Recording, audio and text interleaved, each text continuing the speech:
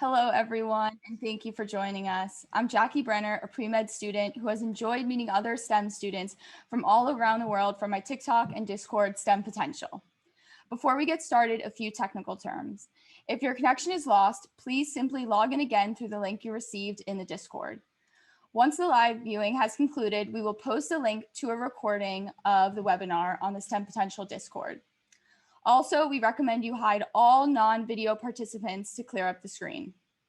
If you'd like to ask a question, please submit it at the bottom of the screen at the Q&A function. We will collect these questions and answer as many as possible. Before we proceed with the panel discussion, I would like to give you a brief background about STEMPotential. While in school, many of my fellow pre-med students, especially women, were hesitant or even afraid of pursuing their studies and career in STEM. They lacked access to mentors and information from professionals who were already in their careers. This led me to create STEMPotential, an online Discord that provides a network for all students to form immediate bonds, share unique perspectives from diverse backgrounds, and ask many questions. Discord members can act as mentors and mentees as they progress along the stages of their education while also finding friends with common interests. We envision a community of like-minded people excited to build their network and use every avenue to broaden their perspectives of STEM. As the saying goes, knowledge is power. Because March is Women's History Month, I am hosting this two-day webinar event with a variety of female panelists. Yesterday's event included MDs and PhDs. Today's events include med students, followed by master's PhD students. I wanted to give everyone the opportunity to hear the journey of these amazing women in STEM. And now to our panelists. Please turn on your cameras and let us know if you have any trouble getting on in the chat. I am proud and humbled to have assembled a group of incredibly successful med students. Each one will give a brief 5-minute overview about themselves, and then we will have a 25-minute Q&A. I also want to introduce Ashini Panchal, who has also been a partner on this project. She's also my best friend. She's in the 7-year med program as well and is currently doing research in California. She will be taking over the second half of the Q&A portion for this session. Tofunmi is in her 3rd year at FAU Schmidt College of Medicine. She graduated from Columbia University with her bachelor's in psychology and Hunter College of Education with a master's in adolescent special education. Sam is in her 2nd year at Harvard Medical School. She graduated from Duke University with a bachelor's in science in neuroscience and global health with a minor in chemistry. Somya is in her 1st year at Sidney Kimmel Medical College. She graduated from the College of William & Mary with a bachelor's in science in chemistry. Anna is in her 1st year at Medical College of Wisconsin. She graduated from the University of Wisconsin-Madison with a bachelor's of science in neurobiology. Last but not least, we have Mia. She is in her 1st year at Sidney Kimmel Medical College. She graduated from Penn State University with a bachelor's in science, and she is also in the combined 7-year medical program. So now we will begin. So Tofunmi, if you can take the floor here. Hi, Jack mentioned, my name is Tofunmi, and I'm a 3rd year med student at FAU Charles A. Schmidt College of Medicine. I graduated from Columbia in 2016, and during my undergraduate time, I found the love of psychology. I think that that propelled my interest in medicine and why I chose psychiatry as the specialty that I'm interested in. In regards to what I do now, I'm on my clinical rotations. I'm starting my internal medicine rotation tomorrow. So I'm very anxious and excited about what that's going to look like. I've had the opportunity to do surgery, pediatrics, psychiatry, OB/GYN, and throughout all of that experience, psychiatry is the one that really spoke to me. So I'm excited to see if internal medicine changes that route of specialty for me. And one fun fact about me, or just something that I like to do outside of medicine, I've really gone to kayaking. So I live in South Florida. The weather is perfect. And prior to South Florida, I lived in New York City. And so kayaking just wasn't really a thing unless it was the summertime and you're out by the Hudson. I really thoroughly enjoyed kayaking. It's something that I've gone to during my weekends when I'm not in the hospital. I'm gonna go kayaking with you next time. Okay, Sam.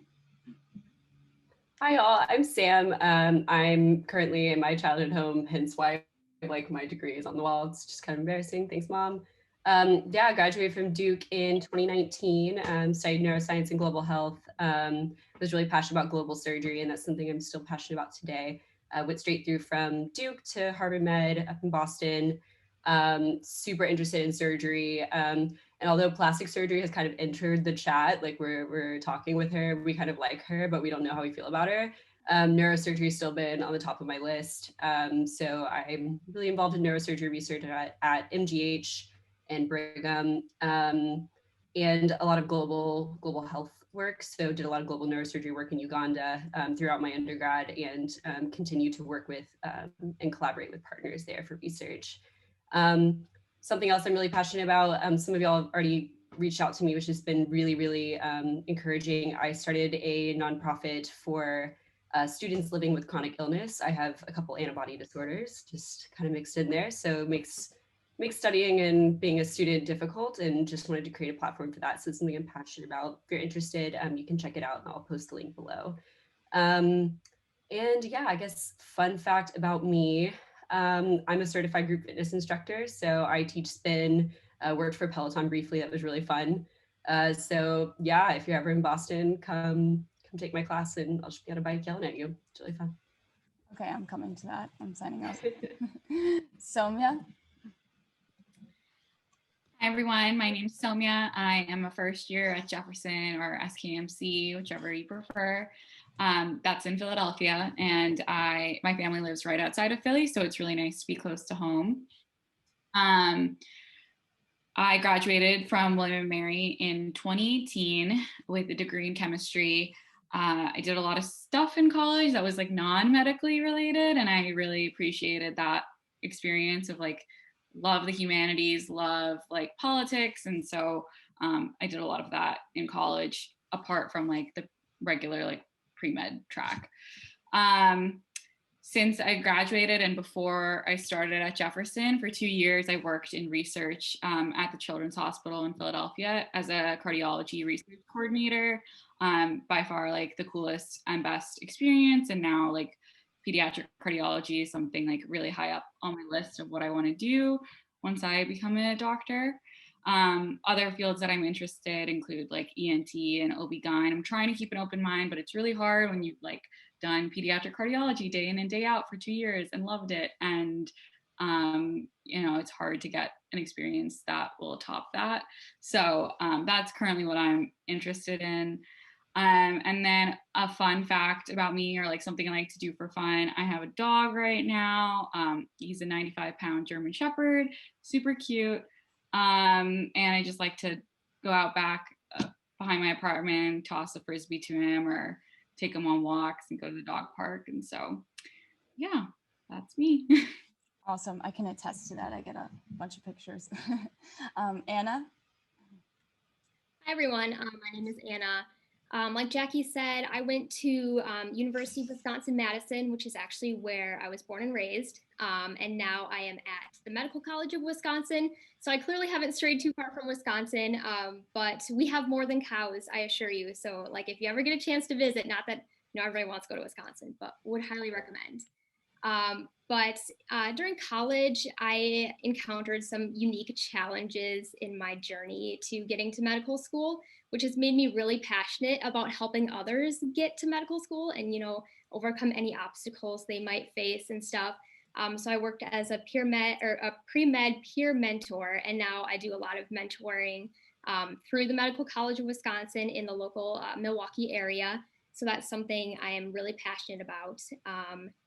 I haven't gotten much out of the classroom yet, but the specialties I'm leaning towards are like trauma, critical care, general surgery, and then on the other extreme, like pediatrics. So trying to keep my mind open to everything. But yeah, and then a fun fact about me, I actually have a twin sister who is also going to be attending medical school starting next year. So yeah.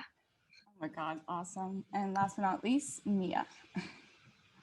Hi, everyone. My name is Mia. I'm originally from New York, but I went to college at Penn State University, and I did the 7-year combined BSMD program. So I applied right out of high school, and I did 2.5 years at Penn State.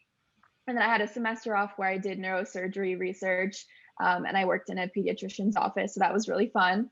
And then now I'm at SKMC in Philly with Somya, and it's great, and I love it. Right now, specialty wise, I haven't really narrowed it down yet, but I really like emergency medicine, internal medicine, and surgery. So I haven't crossed out most of the list yet. But here on campus, I've been really involved with digital health research. I participate in a lot of initiatives, one of them being the DOT project, which is geared towards distributing remote monitoring devices to the underserved Philly population. And I'm really into learning about machine learning and AI in medicine. So that's the path that I'm kind of going down right now. And in my free time, I really like going to the gym, and I really enjoy fashion. And I actually have like a fashion Instagram called Med Trends. I also made like a couple TikToks. I'm just starting out.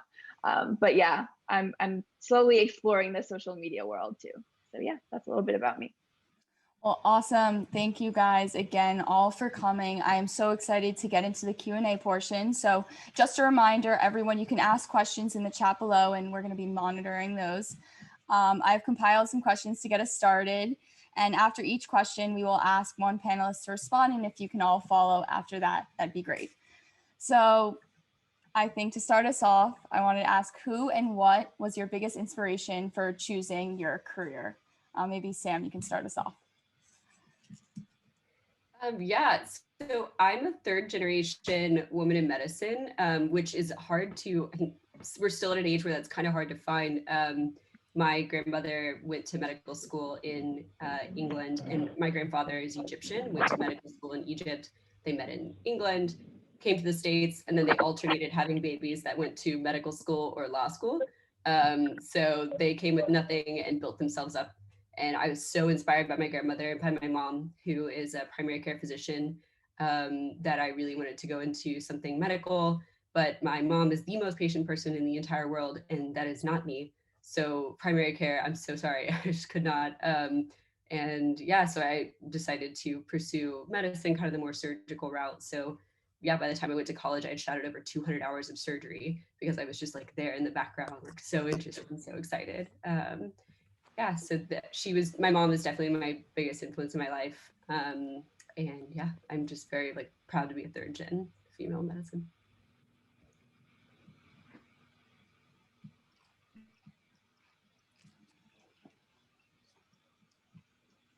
I can hop in next.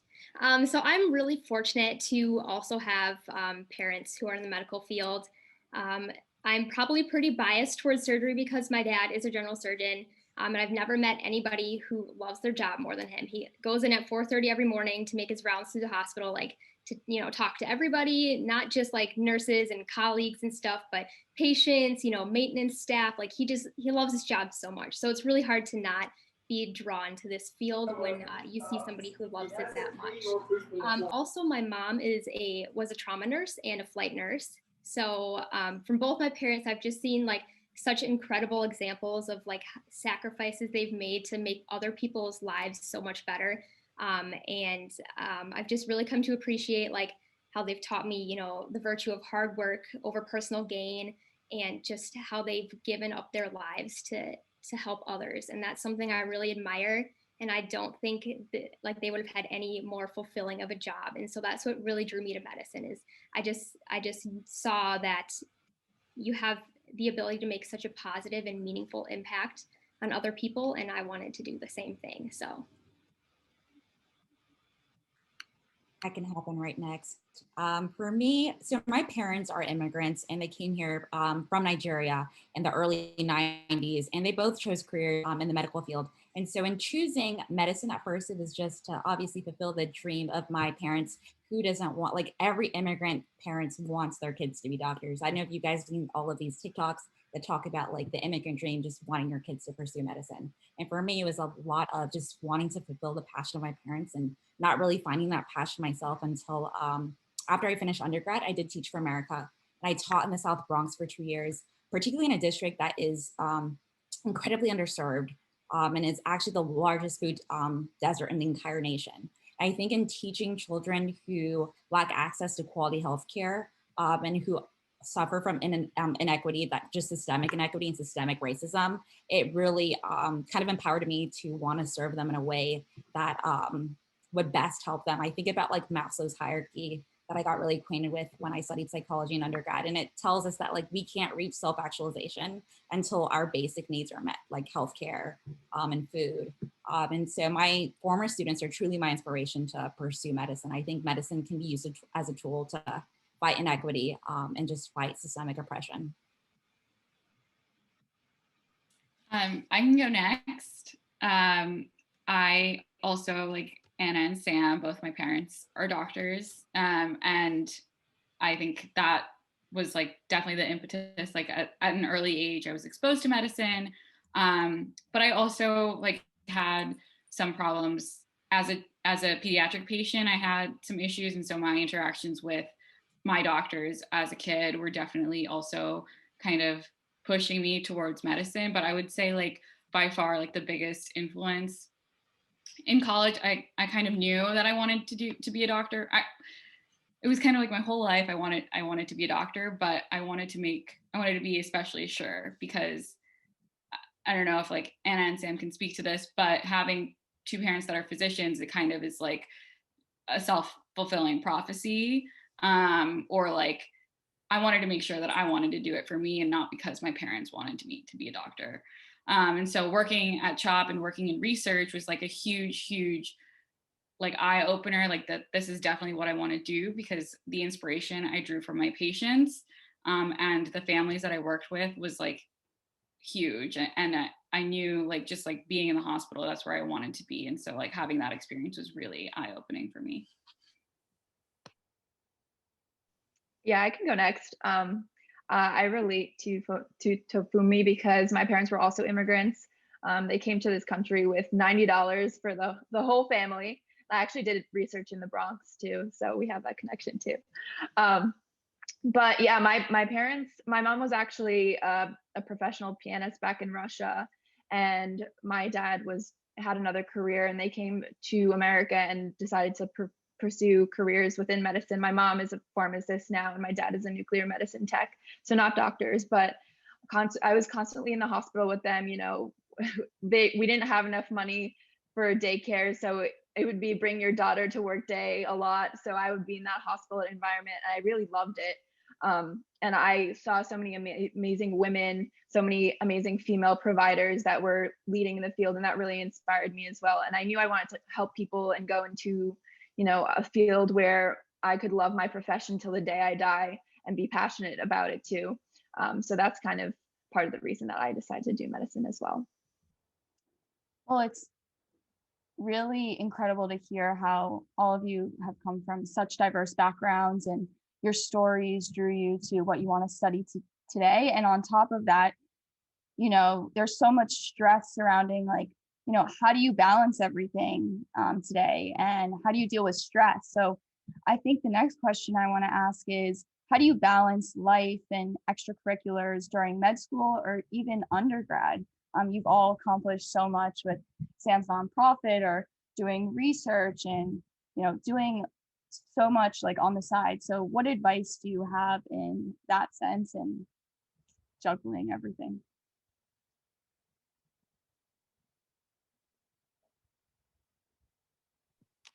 I can start for this one. I think finding your coping mechanisms early and like knowing yourself, it's really important that you have like outlets. For me, it's like talking to my family or my friends, you know, my dog.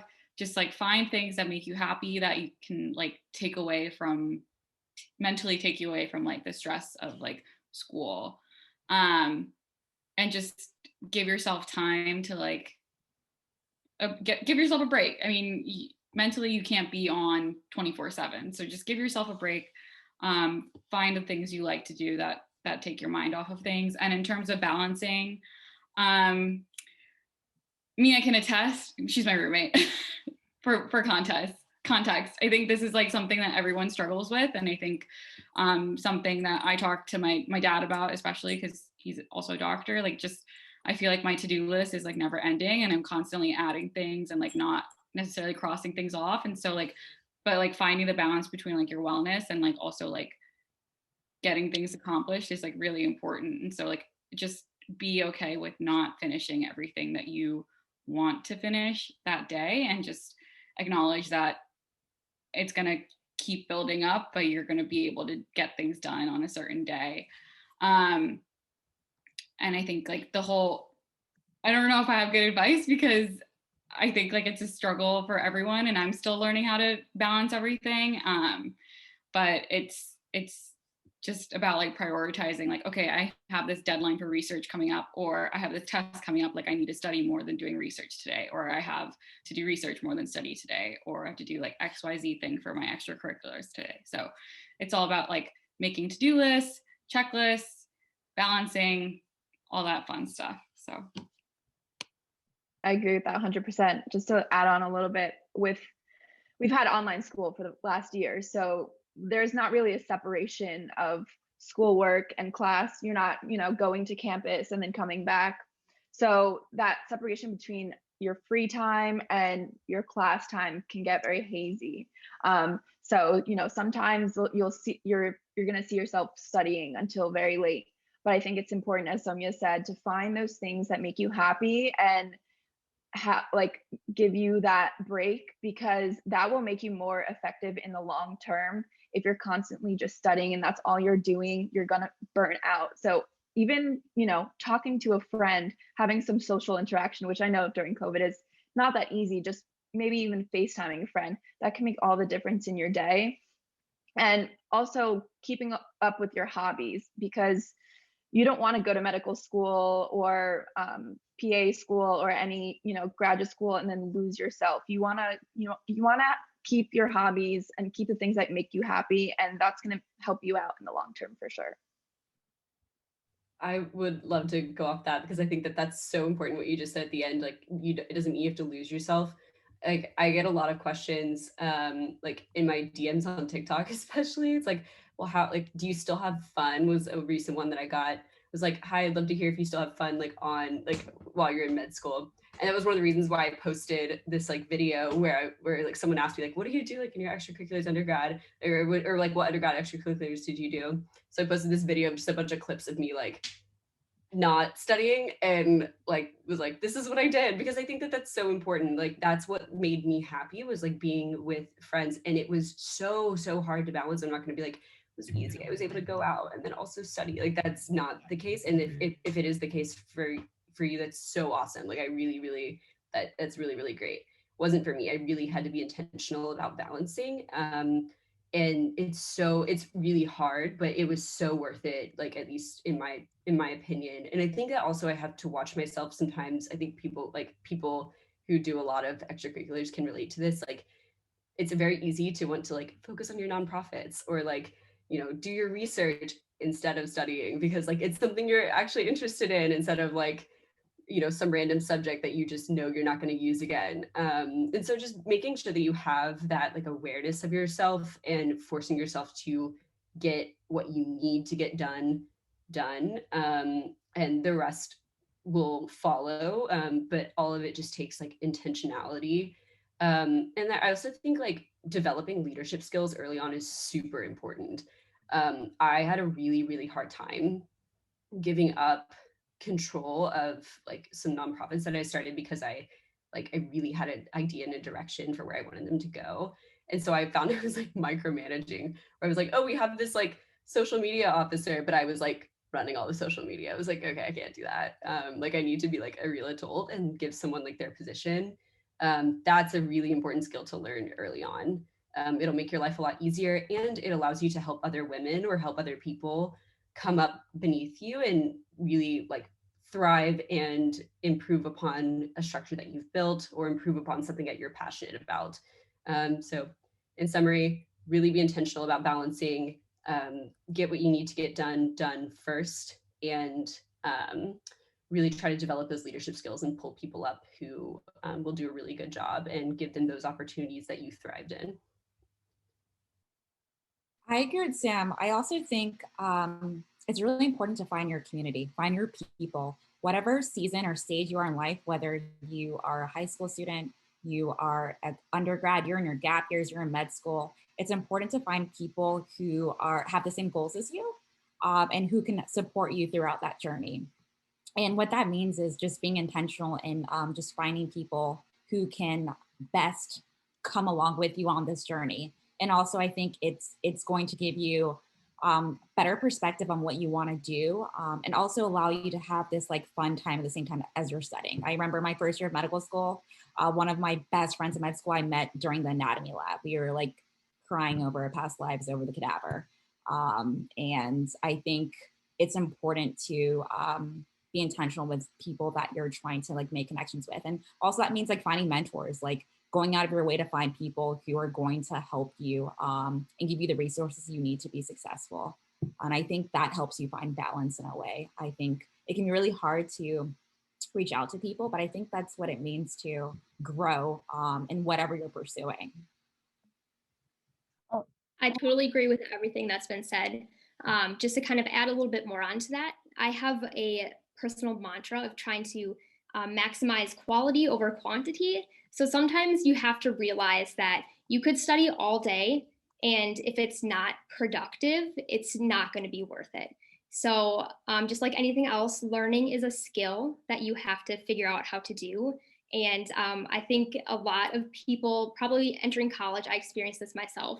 I got to college and I had no idea how to study. That's something I had to learn how to do so that I could best maximize my time. So then I could also have more time to do stuff that I considered fun, to be stress relieving and all that kind of stuff.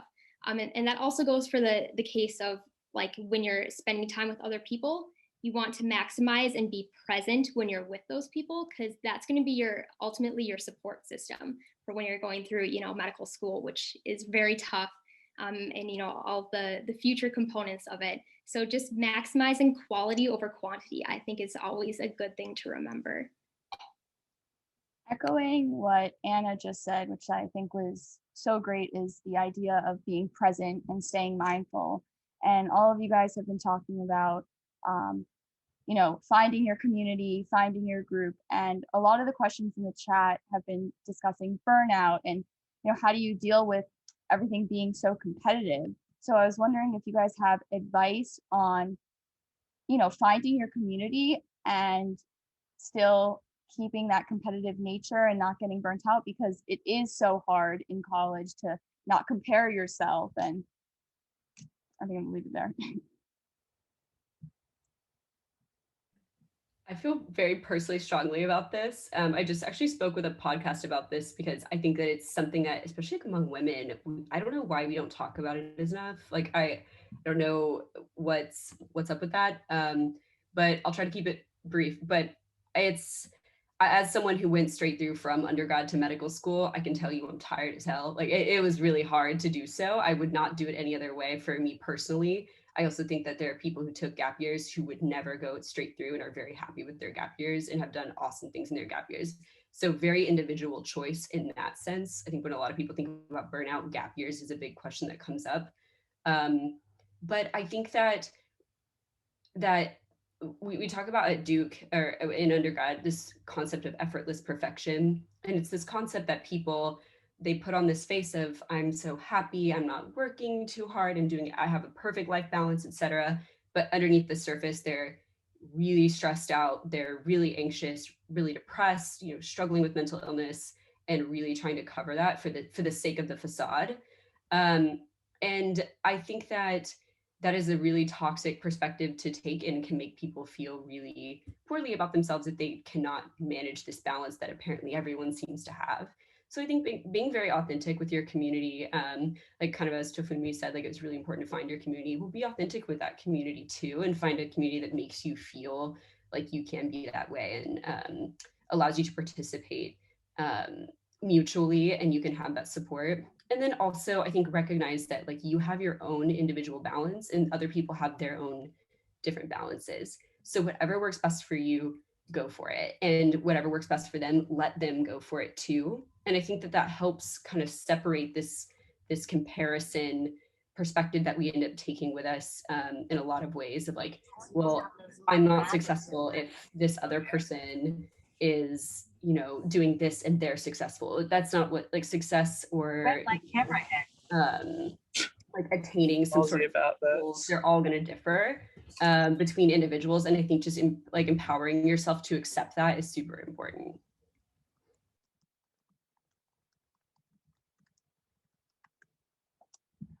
Well, to go off of that, the idea of effortless perfection is, I think, something that comes up a lot in my life. And to lead off of that, you were talking about challenges that we face as women. And because this is Women's History Month, maybe we can go with the question, what is like the biggest, what has been like, how has being a woman influenced your experience in the medical field thus far? And what challenges have you had to overcome?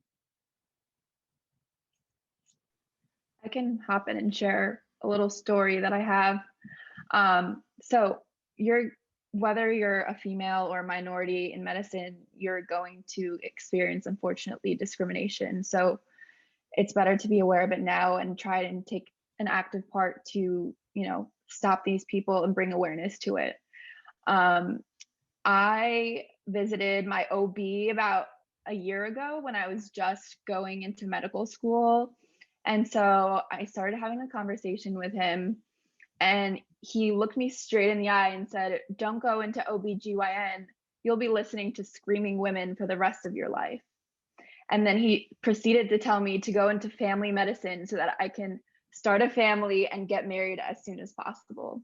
So my story is not very different from many other women out there. I know this happens on a daily basis, and it's very sad that it still goes on. And I think that it's our job to stick up for ourselves and also spread awareness and call people out for comments like that, or mannerisms that might be sexist or racist or discriminatory, because women in STEM have such a huge contribution to the community, and we should not be silenced and we should not be discriminated against.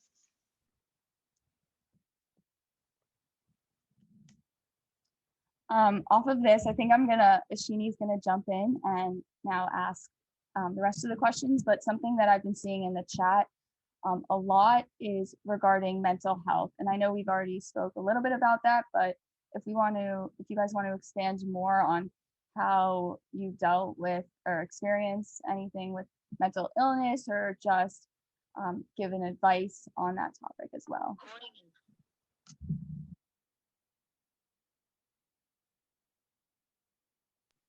I can hop in on this one. So I think it's an unfortunate reality that a lot of people in medical school do struggle with mental health issues. It's a very stressful period of your life. You are under a tremendous amount of pressure, and that can just compound on top of existing mental illnesses you already had. So it definitely can take a toll on you. I'm very fortunate in that the school that I go to is very proactive about reaching out to students to give them opportunities to go to counseling, support groups, that kind of stuff. So you really have to, and this is so easy to say and then not follow through with, you have to be able to reach out to somebody if you're struggling to get that help that you need, because at some point in time, everybody's going to experience, a tremendous amount of stress or anxiety or something like that. So you should really utilize the resources that you have, and, lean on people who are going through the same thing as you, because I can guarantee that more people than not are probably feeling the same way that you are. And so just, taking advantage of those support systems around you is really important. I completely agree with Anna. I think making use of your community and being open with your community about what you're experiencing, whether that's just moments of sadness or incompetence, whatever you're feeling, just feel free to talk to people that you trust. And I think if you trust those people, they're going to help you get the resources that you need. I think about my own med school community and how at some point or another, each of us within my friend group has decided to seek out therapy through our university. And I think if it weren't for that community and feeling like I could be open, or my friends could be open, I think it would be really hard to kind of just deal with emotions that feel difficult. And I think med school is a really hard time, and it's hard when you have difficult emotions. So it's important to be able to have the space and the people to deal with those emotions.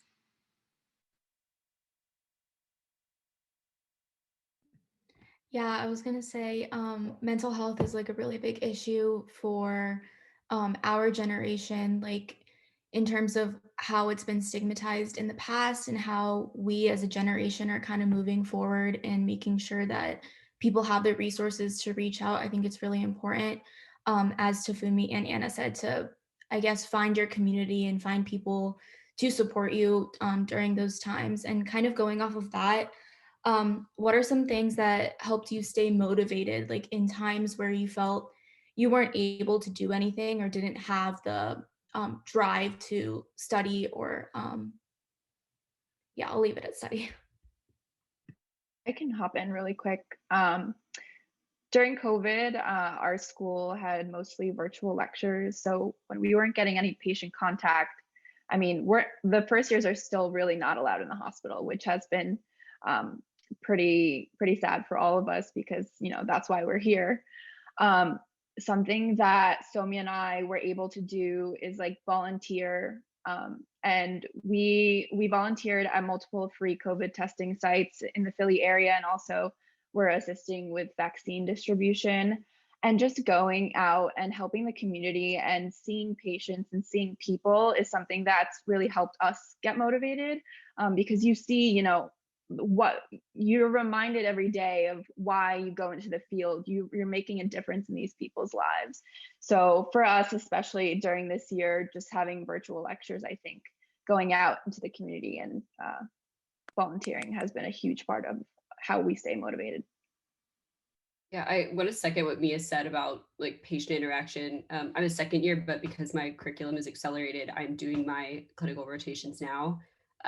So it's been, so while we do our clinical rotations, we're also having to study for exams, and that gets to be so isolating. And then going back to clinic, I feel like always just reinvigorates me. So I shifted my perspective to trying to just get the most out of my clinical experience rather than trying to get through my clinical experience so I could study at the end of the day, or like taking the opportunities to leave a little early so I could study. Now I'm trying to spend as much time there as possible so I can just really dive into patient experiences. I find that a lot more fulfilling. And I think also that's where kind of the extracurricular balance comes in. That's different for everyone.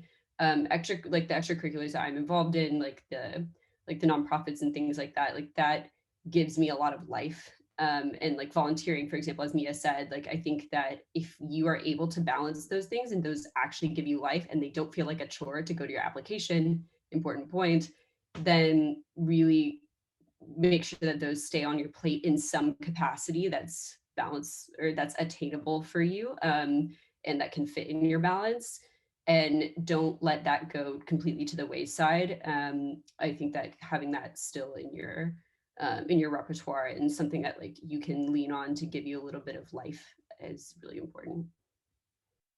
And then just to follow up, I think both what Mia and Sam said are really important. I think for me, especially like pre-clinically first year, and with the lack of like being able to be in the hospital right now, something that really keeps me going is Jefferson, our school specifically, and I know many other schools do this.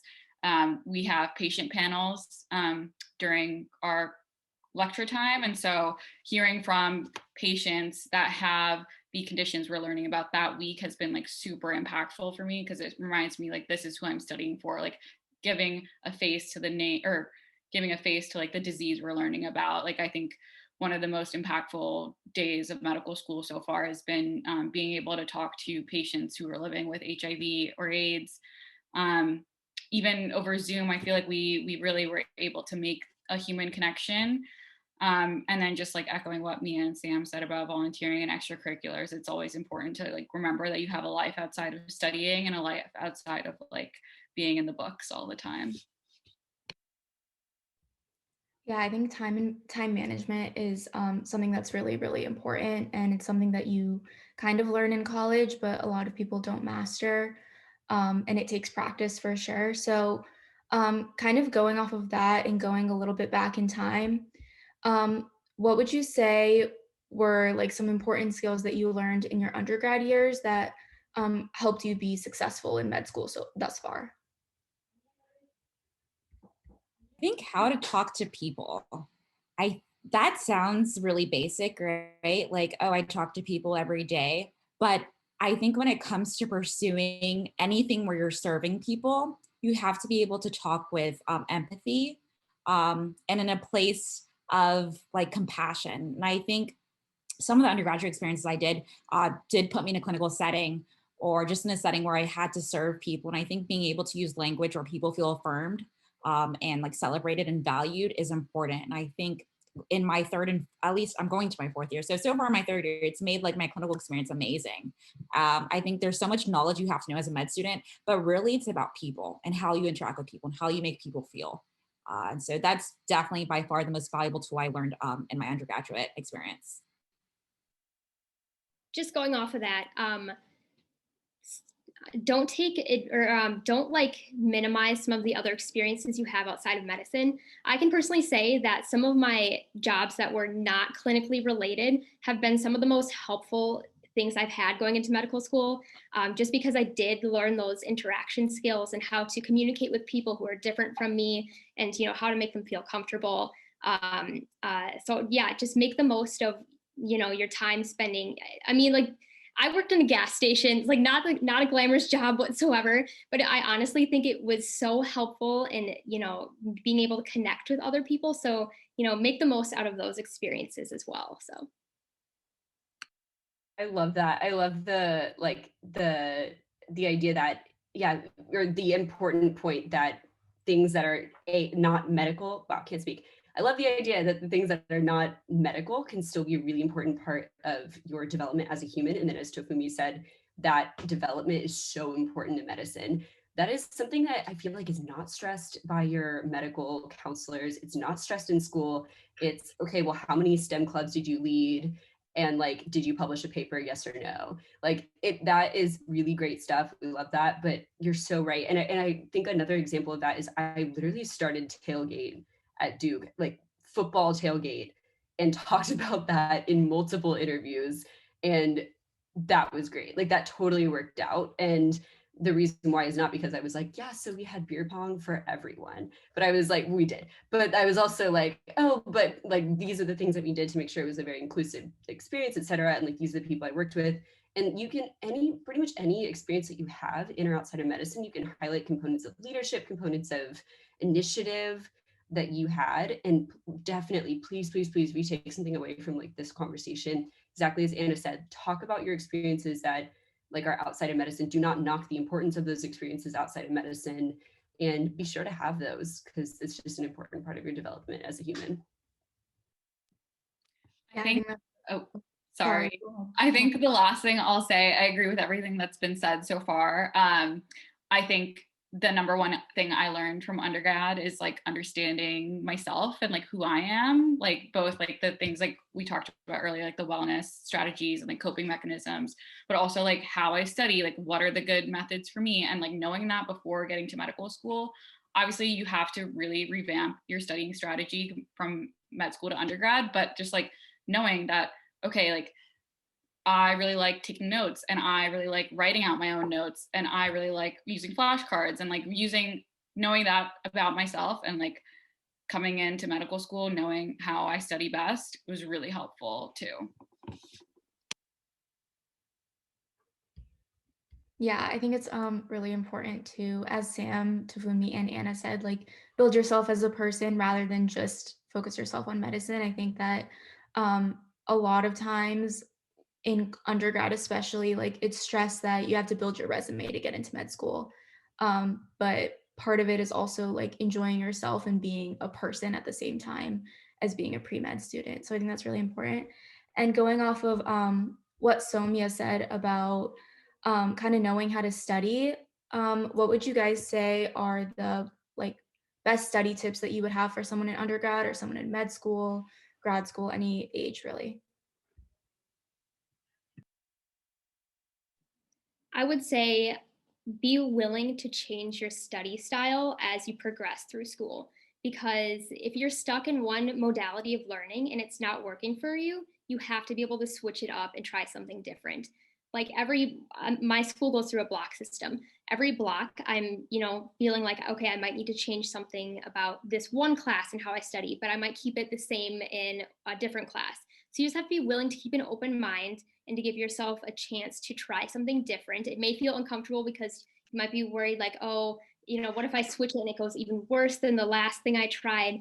But you just have to keep an open mind and be flexible and willing to try new things. Going off of that, I totally agree with Anna. Like after every exam I have, I just am like constantly reassessing, like, this is what worked for me this block. This is what I want to change for next block. Like, even though I think I have like how I studied down pretty well, like there's always like little things I'm tweaking here and there. The other thing I would suggest is like never compare yourself to like other people and like how other people study, but it's always good to like get ideas from like other people and how they study and like see what works for other people. It may not work for you, but it can give you like a good idea or give you like a springing point to like figure out something that might work for you in the future. So that's another thing.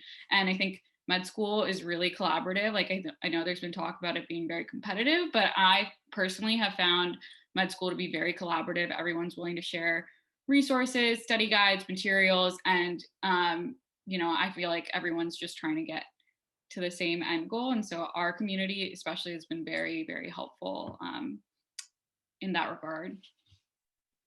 Yeah, just to go off of that, especially at Jefferson, that's one of the favorite things that I love about Jefferson is that everybody wants to work together and is so willing to share their advice. You can talk to any MS2, 3, or 4. They'll spend time with you. They'll give you tips. They'll tell you what resources to use.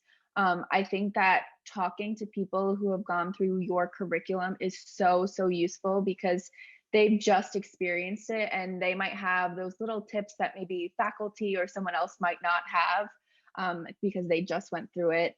And I think that like also developing your own study group with a few of your friends that, may have similar study styles to you is so important because not only do you have, intellectual support, you will have social and emotional support. I know personally, I do so much better when I study with a group of friends and it can almost be fun, Med school is like a lot of studying. So if you can spend it with your friends as well and also have like a semi good time or a good time even, I really encourage that. Yeah, I think like during this session, we've kind of talked about finding your people and finding your group. And I do think that's really important in undergrad as well as in med school, kind of just to stay motivated as well. So because it's Women's History Month, we did touch a little bit on being a woman in med school. But I wanted to ask, do you guys feel like you are equal to your male counterparts in medical school, or what are your experiences with being a woman versus seeing, I guess, how your male peers interact with others during classes or lectures or anything like that? I think based on my own experience, it's a stark difference to see my male classmates, how they're treated in the clinical setting versus me or my friends. I think about just a few weeks ago, my boyfriend, he's a medical student the same year as me, and people assume he's the physician anytime he walks into a space, and that his residents are his med students, and they're all women. And same for me. Whenever I go into a clinical space to see a patient, it's assumed that I'm the nurse or I'm the janitor, even though I'm wearing my white coat. I'm every person except the med student. So I think that's been a consistent theme, not just with me, but my friends who are also women in medicine. And it's hard to like break through that, but I think in just pursuing your goals and still seeing that patient and still like showing up and being present with the knowledge that you bring and the experience that you bring is super important. But that's really been my experience, is just everyone assuming that I'm everyone but the med student.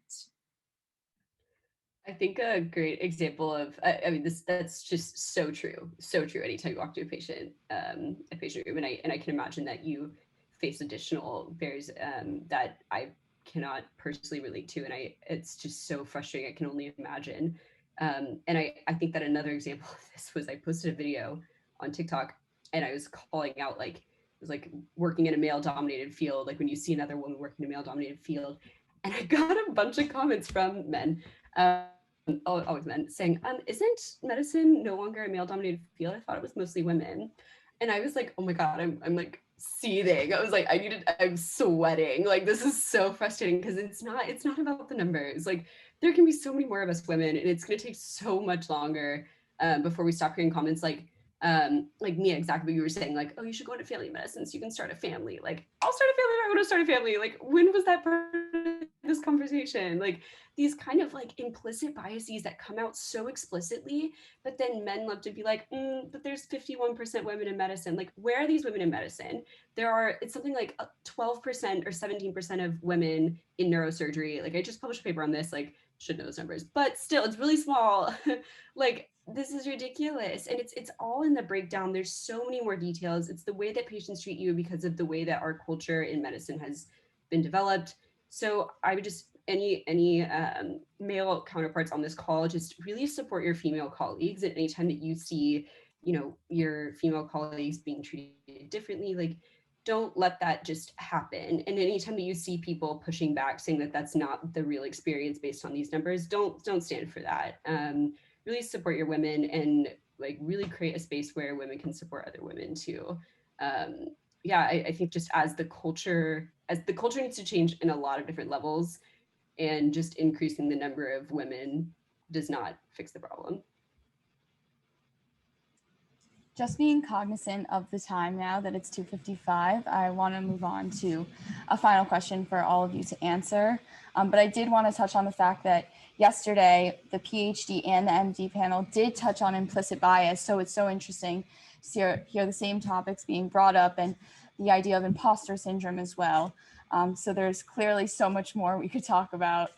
We just don't have the time right now. So my last question for all of you is, what's the one piece of advice you tell yourself, your college or high school self? I can start. My one piece of advice would just be to don't be afraid of failure. I think that I've learned a lot from my failures, and I've like even more than my successes even. I think that, just take it, process it. It'll be disappointing. It'll be upsetting. Use it as fodder to like push yourself forward to more success. So don't be afraid. Don't like shut down. Just accept, oh, I didn't get this position, or I didn't get XYZ thing I really wanted. Use it for ignition for later on down your career path. I think that failure can be as or even more of a learning experience than success. I totally agree with that. And I would say have fun and enjoy your life, because you will end up doing the career that you are meant to do. If you are passionate about a STEM career, you will do whatever it takes that's in your power to get there. And try not to stress yourself out in college and in high school, and just enjoy that time, because you're only young once. And so don't forget to have fun and do the things that make you happy, because that will make you a more well-rounded, and you'll have more fun in life in general, and make you a better physician in the end, because you'll be multifaceted. You'll have interests outside of medicine. You'll be able to relate to your patients more. So that would be my one piece of advice.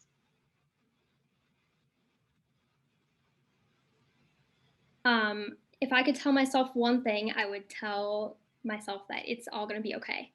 I had like a really bumpy journey getting to medical school. I saw somebody ask in the chat about GPAs. I had far from a perfect academic record. It had extenuating circumstances that I, was able to explain away on my applications, and I showed upward growth and positive change after the fact. But I would want somebody going through the same situation where you feel like completely helpless and like things are out of your control and your dreams are like slipping away from you, that it's gonna work out.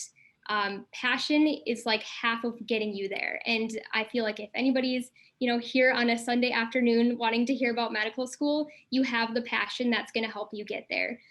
So just be resilient, fail forward and, you know, learn from every challenge and obstacle that you encounter, because ultimately it's going to make you a better person. Like, despite how, you know, how crushed I was and, you know, very sad that I thought like I wasn't able going to be a physician because of some of the challenges I encountered, they ultimately made me the human I am today. And I wouldn't change any of that for the world, because I think it was so important in shaping who I am. So fail forward, you know, just embrace every challenge that you encounter, and it's going to be okay.